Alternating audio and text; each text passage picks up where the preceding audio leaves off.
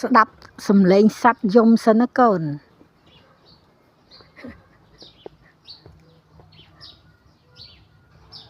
អូយថ្ងៃនេះកូនអើយសត្វអីនេះច្រើនមែននៅលើមែង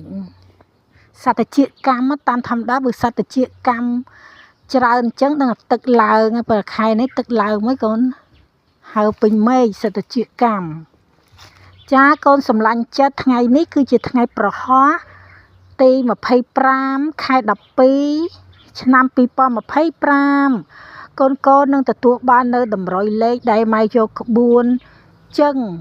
យកមកគណនាគឺជាក្បួនមួយដែលគេប្រើប្រាស់យូរលង់មកហើយដែលគេរកឃើញយូរណាស់មកហើយរួចហើយគេចងក្រងជាក្បួនជារូបមន្ត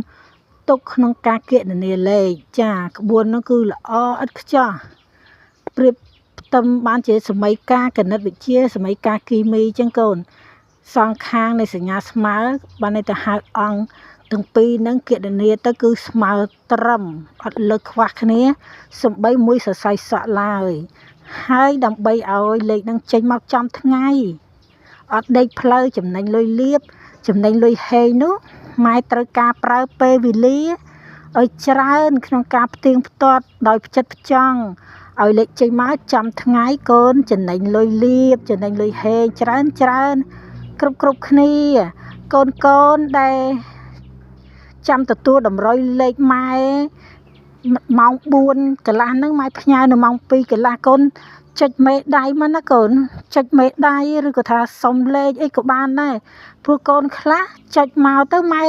ឃើញភ្លាមផ្ញើភ្លាមដល់តែកូនខ្លះម៉ែអង្គុយរកឈ្មោះរកអត់ឃើញទេកូនចាកូនខ្លះរកឃើញភ្លាមទៅក៏បាញ់លេខឲ្យភ្លាមទៅអញ្ចឹងម៉ោង2កន្លះហ្នឹងខ្លួនឯងចុចមេដៃមកឲ្យឃើញឈ្មោះខ្លួនឯងលោតឡើងលើអញ្ចឹងម៉ែរកអត់ឃើញស្ដាយលេខកូនលេខខ្លះល្អម៉ែរកឈ្មោះកូនអត់ឃើញអត់បានផ្ញើអញ្ចឹងណា